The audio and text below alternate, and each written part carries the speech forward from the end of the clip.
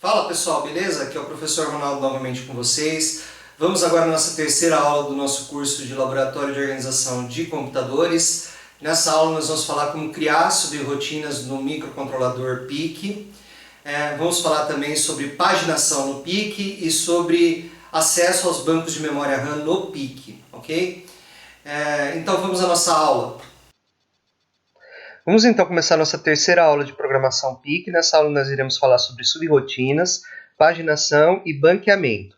Banqueamento foi uma tradução que eu fiz aí para o português da palavra inglesa banking, tá? O que nós iremos aprender nessa aula? Nós iremos aprender como codificar subrrotinas e passar parâmetros para essas subrrotinas. Vamos aprender sobre códigos relocáveis e módulos e sobre banqueamento e paginação. O circuito que nós iremos utilizar é o mesmo circuito que foi apresentado para vocês nas aulas anteriores. Nesse circuito nós temos o PIC 12F509, em que o pino 1 da porta de PIO está ligado no resistor de 220 ohms, que está ligado no LED, e esse LED está ligado, o catodo desse LED, né, está ligado no GND. Né? Muito bem, como é que nós identificamos algo aí que pode se transformar numa subrrotina, né? Se você entende que um código que você fez pode ser reutilizado em outro projeto, né, é interessante você pegar esse código e transformá-lo numa subrrotina, tá? Então, por exemplo, esse código aqui, né, ele poderia ser transformado em uma subrrotina delay 500 milliseconds, ok? Então, se você modificasse o código dessa forma, né, você teria aqui o flash, né, a subrrotina principal aqui, né, o programa principal aqui. Você faria aqui o toggle da porta, né, e depois você chamaria delay 500 milliseconds, ok? E aí você botaria para flash, ficaria nesse loop infinito, né, e você teria essa rotina aqui, tá? Fazendo aí o delay de meio segundo, ok? Mas é interessante, tá, você fazer subrrotinas e que você pode parametrizar, né? Então, por exemplo, você poderia ter uma rotina delay 10, que demora 10 milissegundos, né? 10 milissegundos, vezes o valor que está no registrador W, né? Então, você coloca um valor no registrador W, move literal para o registrador W, ponto 20 aqui. Esse ponto 20 aqui indica que o valor é decimal, tá? Então, na delay 10, você vai ter um delay de 20 vezes 10 milissegundos, ou seja, 200 milissegundos, tá? Então, você deixa o LED aceso, por exemplo, por 0,2 segundos, tá? E você deixa o LED apagado por 0,8 segundos, né? Então, você pisca aí o LED de uma forma diferente. Ah, professor, mas piscar o LED de uma forma diferente, qual que é a vantagem disso? Isso daqui é apenas um exemplo didático, tá? Mas, por exemplo, um uso para você ter, por exemplo, um sinal on por 0,2 segundos, um sinal off por 0,8 segundos, por exemplo, seria você controlar, por exemplo, uma fonte chaveada, tá? Usar esse PIC aqui para fazer o controle do transistor MOSFET de uma fonte chaveada, por exemplo, tá? Então você teria que aumentar ou diminuir o tempo aí, então você modificando o registrador W chamando a delay, você aumenta o tempo de on e o tempo de off, de forma que o tempo de on mais o tempo de off dá 1 segundo, por exemplo. Né? 1 segundo é um exemplo, né? Uma fonte chaveada opera na faixa aí de kHz, tá? Mas vocês entenderam a ideia, né? A parametrização funciona para você poder reutilizar o código e ainda parametrizar o código que você está reutilizando, ok? Bom, como é que funcionaria essa delay 10, né? Você, por exemplo, pegaria inicialmente o W, tá? Que você passou como parâmetro, e moveria para uma variável DC3 aqui, né? Então, move W to file DC3, tá? E aí você faria aqui, né? Move literal para o W13, então move 13 para o registrador W, move W to file DC2, né? limpa o arquivo DC1, clear file DC1, né? Decrement file skip if 0 DC1 F, então você faz DC1 receber DC1 menos 1, né? Se der 0, você pula o goto, né? Como a gente viu na aula anterior, tá? Nas aulas anteriores aí. E decrementa o file DC2 aqui, volta para o delay 1, certo? Então você fica fazendo aqui esse delay 1, tá? Com DC1 e DC2 aqui. Quando o DC2 se torna 0, você decrementa o DC3 e volta para delay 2 aqui se o DC2 não for 0. Né? Se o DC3 for 0, né, você retorna 0, né? Você retorna esse retlw aqui, tá? Return com literal no registrador W. Então você retorna da função com o literal 0 no registrador W, tá certo? Então é a mesma ideia que a gente já explicou na aula passada, só que com parâmetro W aí, tá? Vamos falar um pouquinho do endereçamento do PIC, tá? Quando você faz uma instrução call, tá? O PC, o registrador PC, ele é empilhado nessa região de memória aqui que é a pilha, tá? Então você pega o PC e coloca na pilha aqui, empilha ele, tá? Quando você faz a instrução return com literal no registrador W, né? Quando você retorna da função com literal no registrador W, você faz o quê? Você desempilha o que está na pilha e coloca em PC, tá? Então essas duas funções aqui, call e ret, elas mexem com a pilha. A call empilha o endereço para onde você vai retornar e a return tira o endereço tira o endereço que você empilhou previamente, tá? E coloca esse endereço de volta em PC e a instrução vai retornar, né, no endereço depois da instrução call. Né? Então, depois da instrução call tem outra instrução. Quando você faz o return da subrotina, o que vai no PC é o endereço da instrução que está depois do call. Tá? Uma outra coisa importante aqui é que o PIC 12F508 contém um contador de programa de 10 bits. Tá? E o PIC 12F509 contém um contador de programa de 11 bits. Né? Então, com 10 bits, tá? Você poderia endereçar aí 1024 palavras. Tá? E o 12F509 contém um contador de programa de 11 bits. Então, você poderia endereçar 2048 palavras. Né? Só que nem todas essas palavras de memória, tá? De memória flash, elas estão disponíveis fisicamente no dispositivo. Tá? Então, o 12F508, tá? Ele tem apenas 512 palavras na memória flash. Tá? Então, ele tem apenas essa porção aqui que eu estou mostrando com o mouse aqui na memória flash. Tá? E o PIC 12F509, ele tem 1024 palavras, né? Então, ele tem essa porção de memória que eu estou mostrando aqui na figura para vocês. Tá? A memória do PIC ela é dividida em páginas de 512 bytes. Então, no PIC 12F518 você tem apenas uma página. Tá? No PIC 12F509 você tem duas páginas. Ok? Então, no PIC 12F509 você tem essa página. No PIC 12F509 você tem essa página aqui, que é a primeira página. E você tem a segunda página, que é essa página aqui. Ok? Só que nos PICs da família Baseline existe uma limitação, tá? Na instrução call, tá? Que você só pode chamar subrotinas que estão na primeira metade da primeira página. Tá? Então, apenas as subrotinas nas posições de memória 00 hexa, FF hexa, ou seja, nas posições de memória de 0 a 255, elas podem ser chamadas. Tá? Então, se você olhar essa figura aqui que eu tirei do datasheet, tá? Então, apenas as palavras aqui, as palavras de memória aqui, nessa região achurada aqui, elas podem conter subrotinas, tá? Que o seu programa vai chamar. Tá? Então, vamos lá. Né? Vamos falar da limitação de endereço da instrução call. O endereçamento de subrotinas é limitado na arquitetura PIC. Né? Então, na linha básica, as instruções consistem de 12 bits. Tá? Então, por exemplo, vamos pegar uma instrução qualquer aí, move literal para o registrador W.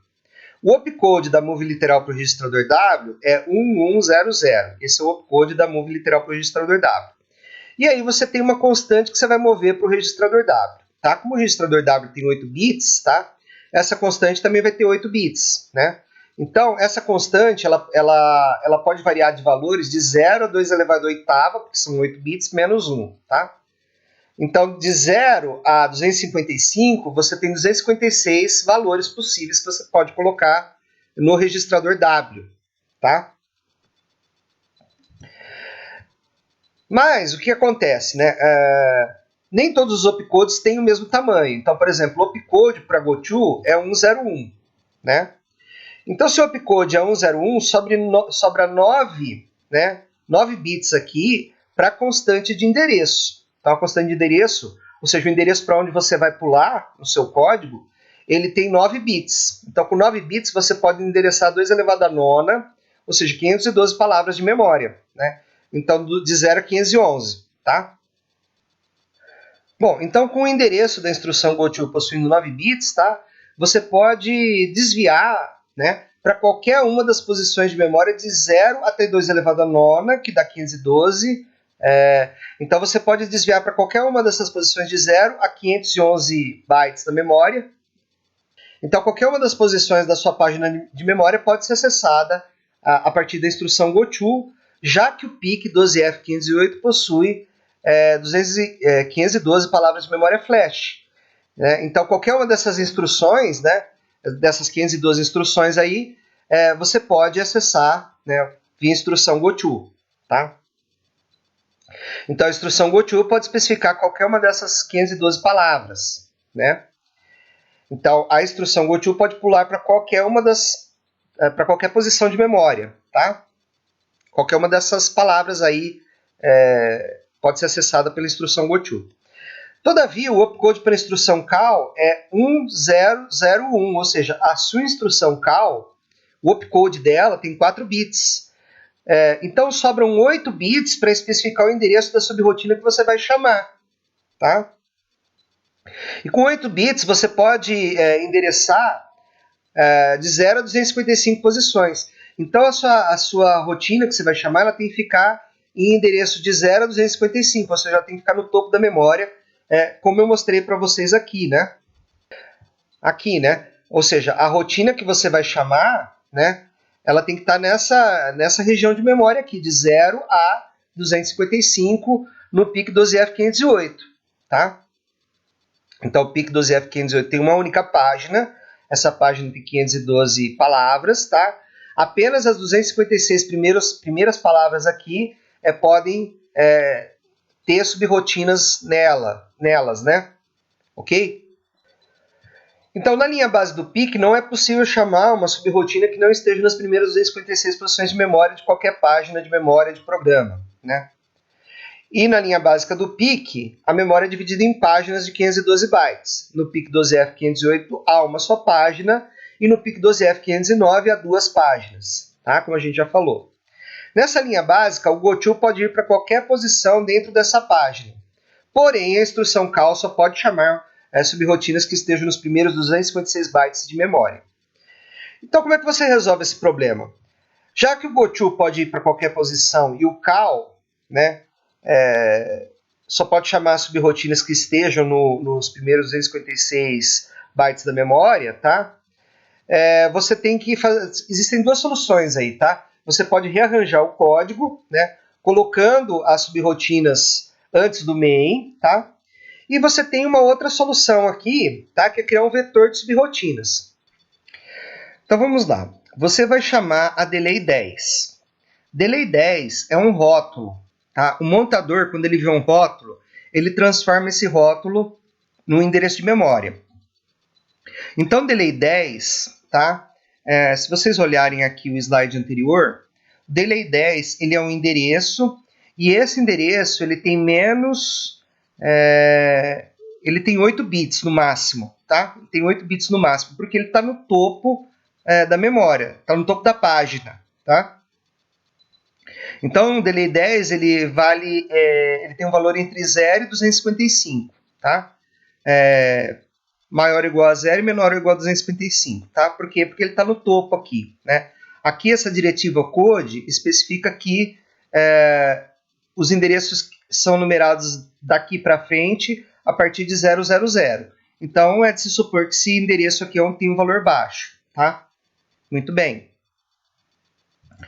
O que o call vai fazer? Tá? O call ele vai empilhar o endereço dessa instrução aqui. Ó. Essa instrução clear file de PIO aqui, ela tem um endereço de memória. Esse endereço de memória dessa instrução vai ser empilhado na pilha. Por quem? Pela instrução call. Tá? E em seguida, o call ele vai colocar esse valor de delay 10 aqui, esses 8 bits de delay 10 aqui no contador de programa. Tá? E aí, colocando esse valor aí de 8 bits no contador de programa, o programa vai ser desviado para delay 10. Tá? Então, o programa ele vai ser desviado para essa posição de memória aqui. Nessa posição de memória aqui, eu tenho um goto para delay 10R. R de relocável. Tá? Então, primeiro, né, o que aconteceu? Né? Primeiro, o código foi desviado para delay 10. Tá ok, porque delay 10 é um rótulo que cabe em 8 bits. Beleza. Desviei aqui para delay 10, agora eu vou desviar novamente para delay 10R. Tá? Só que o goto ele não empilha ninguém. Tá? Então o endereço de retorno, o endereço para onde eu tenho que retornar quando a subrotina delay 10 acabar, já está na pilha. Tá? E como é que é delay 10? Né? Delay 10, né, ele pode ficar em qualquer posição de memória, tá? Porque a diretiva code aqui faz com que o montador possa colocar essa subrotina em qualquer página de memória, né? Então isso aqui você não sabe o endereço, você não sabe qual que é o endereço de delay 10R, tá? Mas você desviou para cá, beleza? Você vai executar essas instruções aqui e por último você vai executar a instrução return, tá? O que a instrução return faz? A instrução return vai retirar o endereço que está empilhado na pilha e colocar no contador de programa, no PC. Tá? Então, aí você vai fazer o quê? Você vai desviar o seu programa para onde? Tá? Para essa instrução aqui que está depois do call. Certo? Então, veja bem, ó, você chamou delay 10, tá? Delay 10 desviou para delay 10R, delay 10R executou e no final retornou. Mas retornou para onde? Para a instrução aqui que está depois do call delay, ou seja, para a instrução clear flag aqui de PIO. Ok?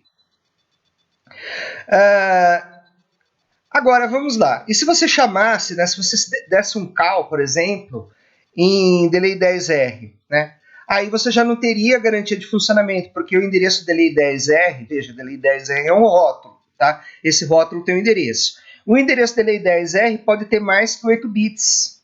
Então não vai caber na instrução call. Né? A instrução call vai pegar só os 8 bits mais significativos de delay R. Né? O nono bit aí vai ser ignorado. Tá? E como sua página tem 512 bytes, pode ser que ela esteja além dos primeiros 256 bytes aí. Tá ok? Então esse código pode não funcionar. Tá? Isso é uma coisa que pega muitas pessoas aí que estão começando a programação com PIC, né? Esses detalhes, ok? E depois que você vem aqui, você dá um clear flag de PIO, né? Passa o parâmetro de novo pro literal, pro registrador W, né? Passa aqui o parâmetro via registrador W, chama delay, né? E depois continua o loop aqui, ok? Então você pode fazer isso para todas as subrotinas do seu programa. Por exemplo, tem uma subrotina aqui, delay 10. Na delay 10 você dá um goto para delay 10R, né? Você tem uma rotina aqui, por exemplo, read, vamos supor que você quer ler o conversor analógico digital lá do PIC, né? Read ADC, né? Ler o conversor analógico digital, né?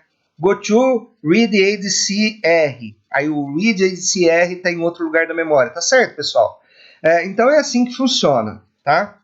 Criar um vetor de subrotinas. A outra solução é você colocar a subrotina delay 10 logo depois do code, tá? Se você colocar ela logo depois do code, é muito provável aí que ela não vai dar esse problema aí de passar dos 256 primeiros bytes aí de memória, tá? Ou seja, dela ficar dentro daquela porção de memória lá dos primeiros 256 bytes, ok?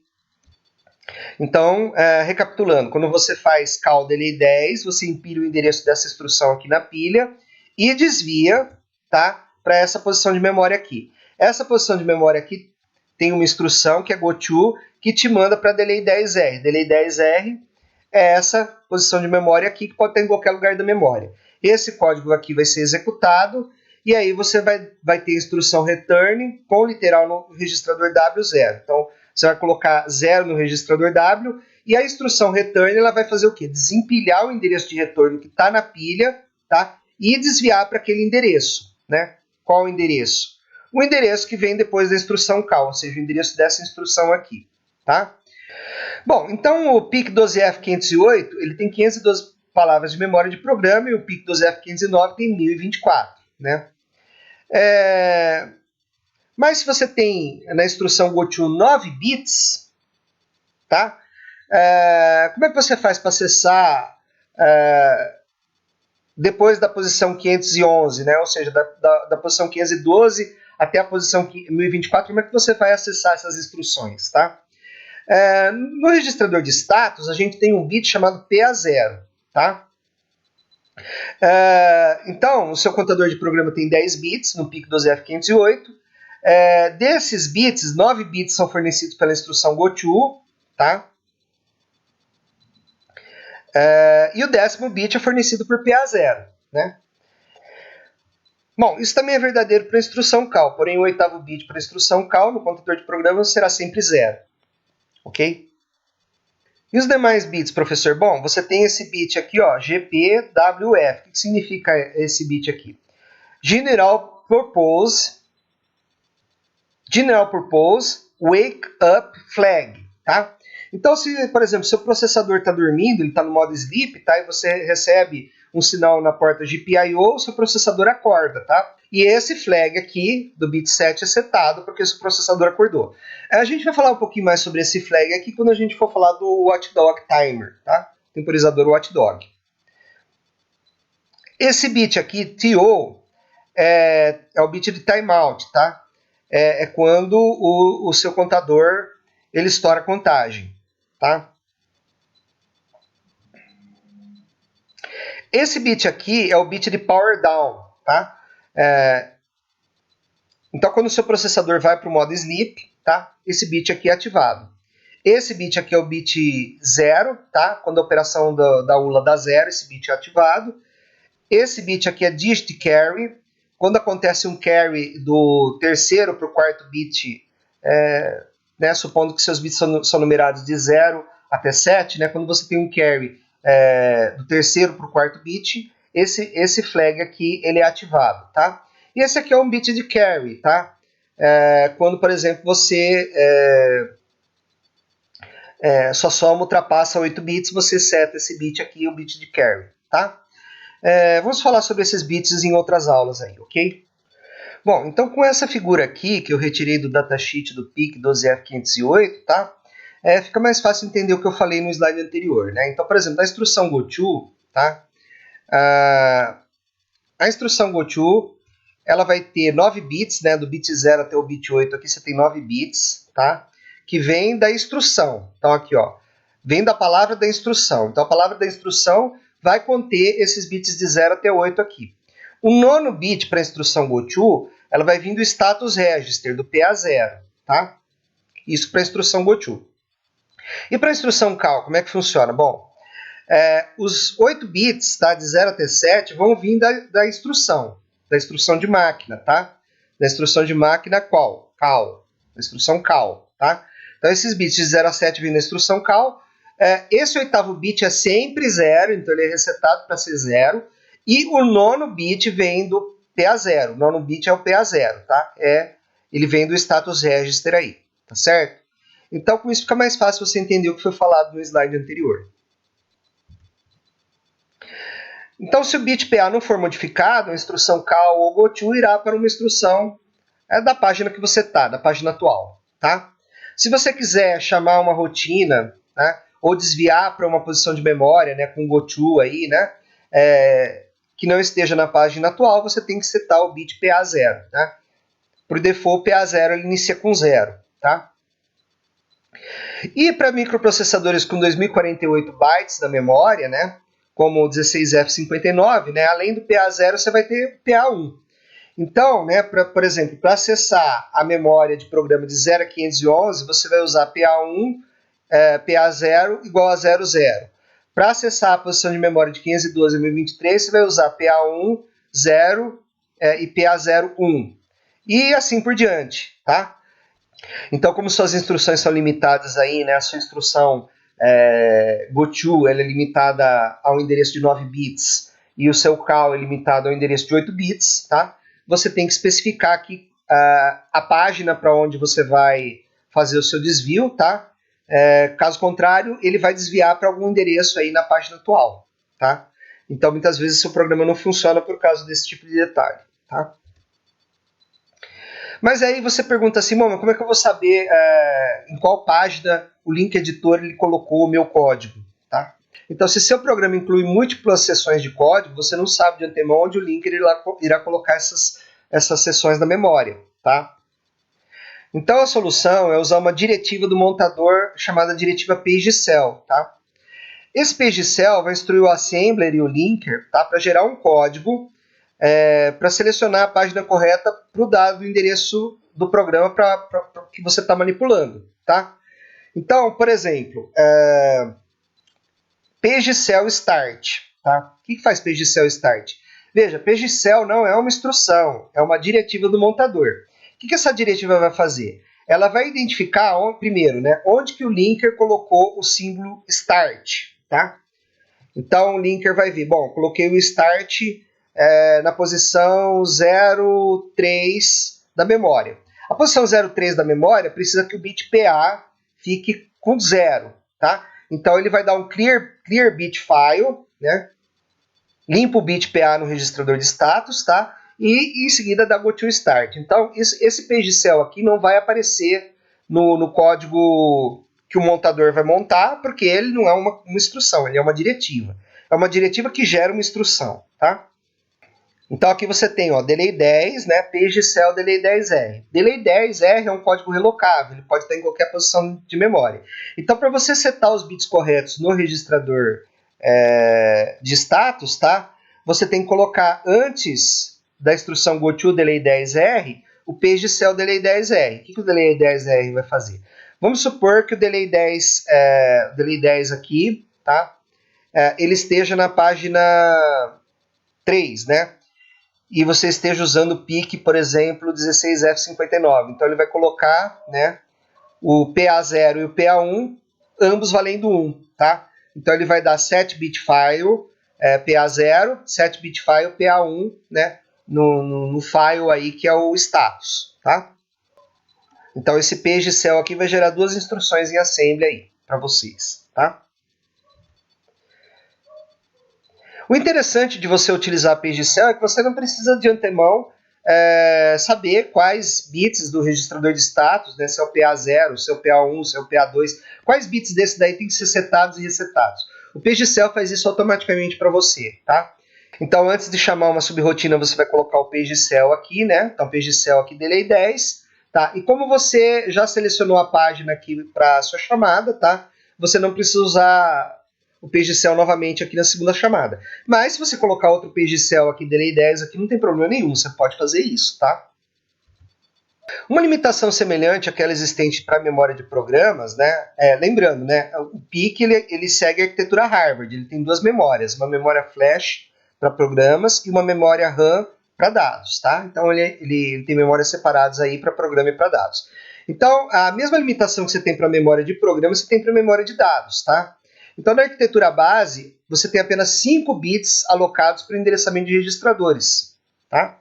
Então, com 5 bits, você endereça 2 a quinta, ou seja, 32 registradores. Né? E esse tamanho aqui, 32, corresponde ao tamanho do banco de registradores. Né? Então, são 32 posições de memórias aí, cada uma dessas 32 posições de memória são registradores. Né? Então, o PIC 12F508 tem 7 registradores especiais de função, tá? E 25 registradores de propósito geral, né? Então, 25 mais 7 dá quanto? 32, né? Certo? Então, os registradores eles podem ser de uso especial ou eles podem ser de propósito geral, tá?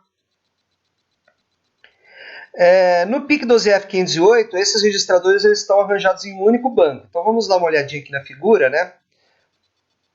Você tem os registradores aqui INDF, Timer 0, PCL, Status, File Status Register, OSCI-Cal, GPIO, que é a porta de entrada e saída, né? E os demais registradores aqui, de 0F a 1F, tá? São registradores aí de propósito geral, né? 1F é 32, tá? Então, F é 15, né?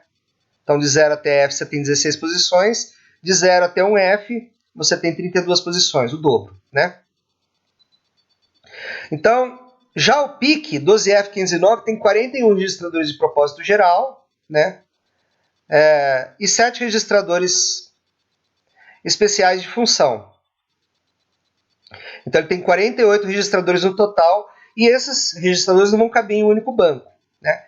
Então, eles são arranjados em 2 bancos de 32 posições cada banco. Então, você tem um banco aqui, o banco 0, que tem 32 posições, e tem o banco 1 aqui, que tem 32 posições. Os dois têm 32 posições, tá?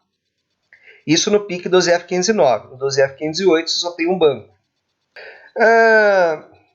Como que esses bancos são acessados, né? Você tem um bit no File Status Register, tá? Que vai dizer para você qual banco que você está acessando. Se esse bit ele estiver limpo, você está selecionando o banco 0. Se esse bit estiver setado, você está selecionando o banco 1. Tá? Então, as instruções acessam as posições de memória ou registradores do banco selecionado. Tá? Então, esse também é um detalhe importante, porque às vezes o seu código não funciona porque você está com o banco errado de registradores selecionado. Tá? Então, na linha base do PIC, não é preciso se preocupar com o banco quando estamos acessando registradores com funções especiais. Por quê? Né? Porque os registradores com funções especiais, tá? Que são esses daqui, né? De 00 até 06 hexa, tá? Eles estão mapeados em ambos os bancos. Então você não precisa se preocupar aí em selecionar o banco quando você vai acessar esses registradores. Já os registradores de propósito geral, tá? Você precisa se preocupar com o banco, tá? Quando você vai acessá-los. Os novos registradores com funções especiais são compartilhados em ambos os bancos, ok? Então eles têm um overlap aí. O PIC 12F505 tem 72 bytes de memória de dados arranjados em 4 bancos, 8 registradores compartilhados e 64 registradores banqueados, 16 em cada banco. Similarmente, o 16F509 tem 134 registradores de propósito geral, né? 6 compartilhados e 16 em cada um dos 8 bancos. Então, para selecionar o banco, a gente precisa setar ou resetar os bits da File Status Register, né? Bits de 7 até 5. Esses bits eu procurei no datasheet, parece que eles não têm nomes específicos, tá? Então você tem que usar bit set file ou bit clear file, né, essas instruções aí, e passar o número do bit que você quer setar ou resetar, ok? Mas se você utilizar a diretiva bankcell, tá? Você não precisa saber quais bits do File Status Register você precisa setar ou resetar, porque o montador ele vai fazer isso automaticamente para você, se você utilizar a diretiva bankcell, né? Então a diretiva data não diz ao link onde ele deverá alocar os endereços da RAM. Então, quando você tem a diretiva userdata no seu código, tá? As suas variáveis elas podem ficar em qualquer posição da memória RAM. Então o linker pode colocá-las em qualquer posição da memória RAM, tá? Só que é óbvio, né? Qualquer lugar da memória RAM não significa qualquer banco. Então você não sabe em que banco de registradores aí as suas variáveis estão, né? Já que para cada variável você vai alocar um registrador de propósito geral aí para sua variável, né? Lógico que não vai ser um registrador de propósito específico. Se fosse porque registradores de propósito específico, como o próprio nome diz, são de propósito específico, você não pode usá-los para variáveis, tá? E os únicos com os quais você não precisa se preocupar com banco são os registradores de propósito específico.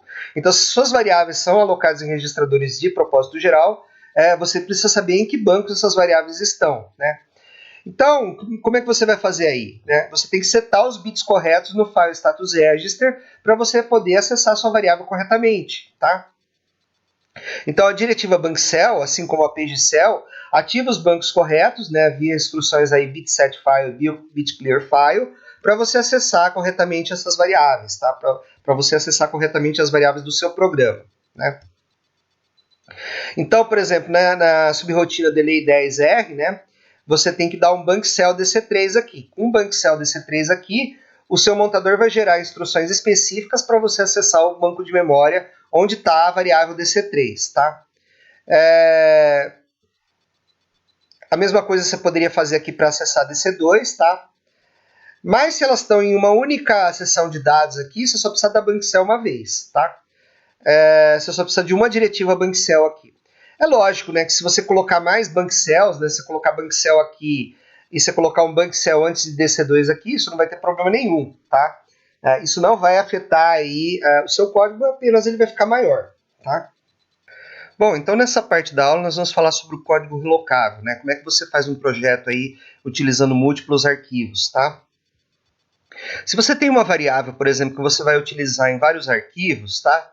Essa variável ela vai ter que ser declarada na seção de dados compartilhados. Então você tem a diretiva userdata_shared, tá?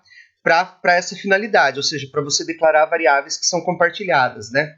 Então, olha aqui, a diretiva userdata_shared é utilizada para definir uma seção de memória compartilhada. Então, as variáveis que você define nessa seção, elas são acessíveis por todos os arquivos do seu projeto. Tá? Você pode usar essa variável em qualquer arquivo do seu projeto, quando você tem múltiplos arquivos. Os registradores que forem definidos na região userdata_shared, tá? Eles não serão banqueados. O que significa isso? Você não precisa se preocupar em que banco de registradores estão esses registradores quando você usa essa diretiva aqui, ok? É interessante definir memória compartilhada quando os registradores não forem usados com frequência, pois existe menos memória compartilhada do que memória banqueada, tá? Então, se você tem uma variável aí que você usa ela 1 ou 2 ou 3 vezes no programa, define ela como memória compartilhada. E na memória compartilhada não existe necessidade de você utilizar a diretiva bankcell, tá, para especificar para o linker, né, decidir aí em que banco de memória essa variável vai ficar. Tá? Vamos falar de módulos relocáveis. Né? Uma das coisas que muita gente faz aí quando tem uma subrotina que é utilizada várias vezes, ou um trecho de código que é utilizado várias vezes, tá? É copiar e colar o código. Só que isso daí tem algumas desvantagens, né? Porque, por exemplo, esse código que você vai copiar e colar, muitas vezes ele tem rótulos de endereços, como, por exemplo, delay1, né? Delay1 é um label, né? A gente já falou nessa aula aqui que labels são rótulos, são posições de memória, né? Então, delay1 é uma posição de memória, e essa posição de memória você pode estar utilizando em outras partes do código, né?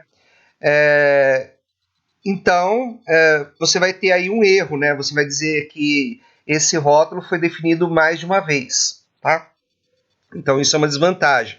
E aí, na hora que você vai trocar o nome do rótulo, né? Pode ser que você troque num lugar e no outro lugar você troque no lugar errado, né? Tipo, você troca num lugar e aí no outro lugar que não era para você trocar, você troca e coloca delay 1, quando na verdade deveria ser delay 10 ou delay 5, por exemplo, né? Então isso é uma desvantagem, você pode introduzir erros no seu código, tá? Então a melhor coisa que você pode fazer é criar subrotinas. Quando o código você identifica que ele é reutilizável, né? Quando você vai utilizar esse código várias vezes, você cria uma subrotina com esse código aí, tá? A mesma coisa pode acontecer com variáveis locais. Então variáveis locais e rótulos, né? Quando você copia e cola, tem o mesmo problema. E quando você tem uma subrotina, é necessário você criar variáveis para essas subrotinas. Tá? Bom, então como é que a gente cria um projeto com múltiplos arquivos? Né? Primeiro você identifica uma rotina, por exemplo, delay 10. Tá? Delay 10 o endereço da rotina delay 10 você vai deixar no código principal, né? O que você vai colocar no arquivo que contém a subrrotina delay 10 é o rótulo delay 10R, R de relocável, tá? Então você deixa o delay 10 no código principal e no arquivo que contém o código relocável você vai colocar delay 10R, tá? Aqui a gente está usando user data, tá? Então essa memória aqui não é compartilhada, logo você tem que usar Bankcell aqui, tá? E aqui é o código da subrrotina, tá? Essa diretiva global aqui tem duas funções. A primeira quando o compilador vê global, ele vai criar um ponto O, tá? Quando o compilador vê global, ele não vai criar um hexadecimal direto, ele vai criar um ponto O, que vai ser linkado com outros pontos Os, e vai gerar um hexadecimal aí, tá? No arquivo principal, no arquivo que você tem a função principal do seu projeto aí, tá? Você vai utilizar a diretiva extern, tá? Então, a diretiva extern instrui o linker que o símbolo é externo, tá? Ou seja, você está importando esse símbolo aqui. Com a diretiva global, você está exportando o símbolo. Então, esse símbolo aqui está sendo exportado, tá? E aqui no seu arquivo principal ele está sendo importado, ok? Então, o arquivo principal aqui contém o código de reset. O linker sabe que esse é o arquivo principal porque ele está cheio de externs aqui, tá? E veja que aqui você tem o vetor de subrrotinas, tá? Então aqui, ó, delay 10, tá? Então delay 10 aqui, ele não está nesse arquivo aqui, tá? Ele está aqui no arquivo principal aqui, ok? Quando você tem um projeto com múltiplos arquivos, existem duas opções de montagem. Existe o make e o build all, tá? O make vai olhar no seu HD ou no seu solid state drive aí, quais arquivos foram modificados, quais arquivos que você mexeu, tá? E aí ele vai remontar somente esses arquivos que você mexeu. Já o build all, ele vai remontar todos os arquivos. Então o build all vai fazer com que a montagem do seu projeto fique mais demorada, tá? Então a vantagem do make é que você só remonta, você só gera o ponto O dos arquivos que você mexeu, tá? Como o código é relocável, tá? Alguns endereços ficam definidos. Então, por exemplo, aqui, ó, vamos dar uma olhadinha no arquivo .lst. O arquivo .lst é o arquivo de listagem, tá? Correspondente ao arquivo .o do arquivo que você montou, tá? Então vamos dar uma olhada nesse arquivo de listagem aqui, para o arquivo que contém a subrrotina delay 10R, tá? Então aqui a gente tem a linha, tá? A linha do arquivo, tá? E aqui a gente tem os opcodes das instruções, ok? E aqui a gente tem o endereço do código relocável. Mas o que vocês observam aqui, ó? Que o opcode, né, os opcodes das instruções aqui, eles estão com um monte de interrogações, né? Vamos entender isso. A diretiva Bankcell aqui, ela não é uma instrução de máquina, tá? Ela vai gerar instruções de máquina. Quantas instruções? 2 instruções. Ela vai gerar bit set file e o número do bit que você quer mudar no file, tá? Ou bit clear file e o número do bit que você quer mudar no file, tá? Então ela vai gerar 2 instruções aqui. Quais instruções vão ser essas? No tempo de montagem eu não sei, tá? Se vai ser bit clear file, qual bit, tá? Então ele vai colocar interrogação aqui, porque ele não tem as instruções definidas, tá? Essa instrução aqui, ela tem uma parte do opcode definida, tá? Mas o endereço de DC3 está indefinido, por isso que ele colocou 00, interrogação, interrogação.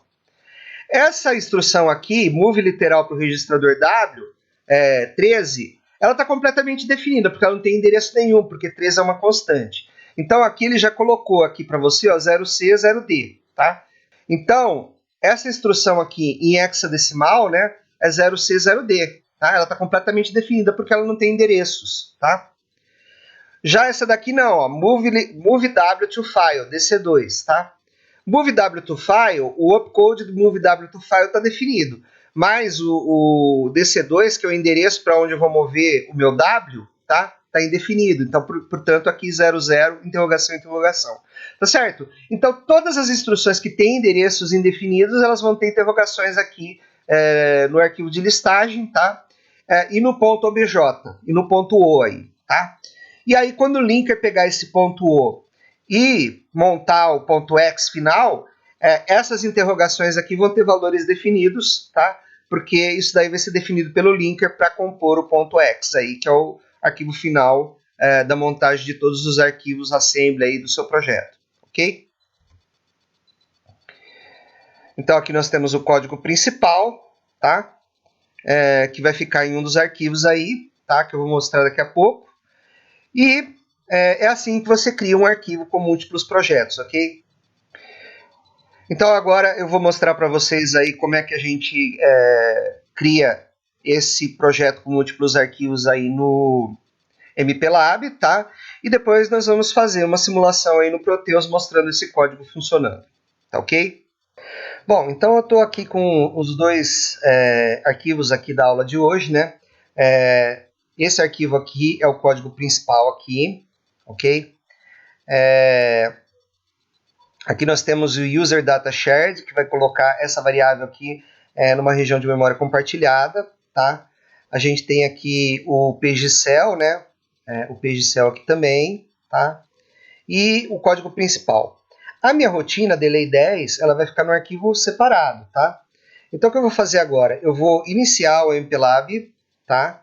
Então vou vir aqui, iniciar o MPLAB.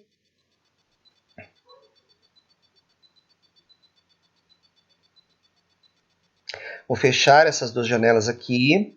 Vou vir aqui, Project Wizard, tá? Clicar em avançar. PIC12F509, tá? Avançar. MP Assembler, tá? O arquivo de projeto, tá? Eu vou criar no diretório aqui da aula 3, né? Então, eu vou vir aqui, aula 3. Já criei um diretório aqui para minha gravação, onde eu estou fazendo a gravação. Eu vou chamar o meu projeto de LED Blink, da mesma forma que antes. Salvar. Avançar. Tá? E agora, tá? Eu vou adicionar arquivos existentes ao projeto, tá? Então aqui eu já tenho aqui o meu 12F509 temp asm, tá? Vou adicionar, tá? Vou adicionar aqui o delay também, tá? Vou colocar aqui user, tá? Porque user aqui diz que esse arquivo é o arquivo de usuário, ok?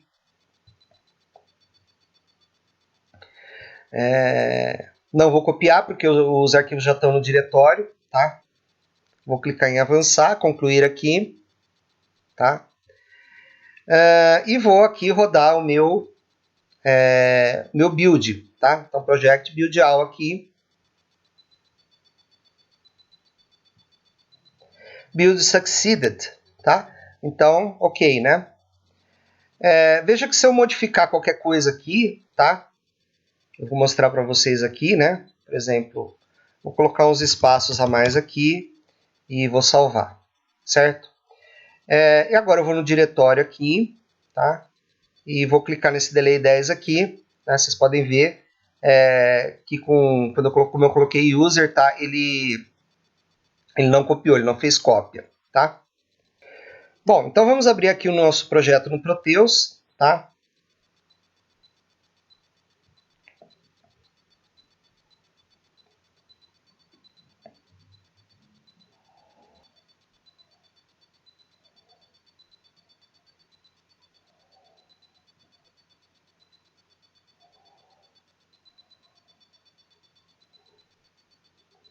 Veja que aqui nós temos o circuito, tá? Vamos ao source code, tá? O source code aqui eu tenho um arquivo só, tá? Então eu coloquei aqui a minha delay 10 aqui, tá? No início aqui do segmento de código, tá? E depois eu coloquei a minha flash aqui, tá? Por que eu coloquei a minha delay aqui no início do segmento de código aqui? Porque, como eu disse para vocês, ela tem que ficar nos primeiros 256 bytes, tá? De memória flash. Então eu vou dar um build project aqui. Compiled successfully, tá? E agora eu vou simular aqui. Vocês podem ver que ele acende por um curto período de tempo e o restante fica apagado, né? Então, ele fica aceso durante 200 milissegundos e durante 800 milissegundos ele fica apagado, ok? Então, essa daqui foi a aula de hoje, pessoal. Espero que vocês tenham gostado aí, entendido. E até a próxima aula aí, ok? Bons estudos!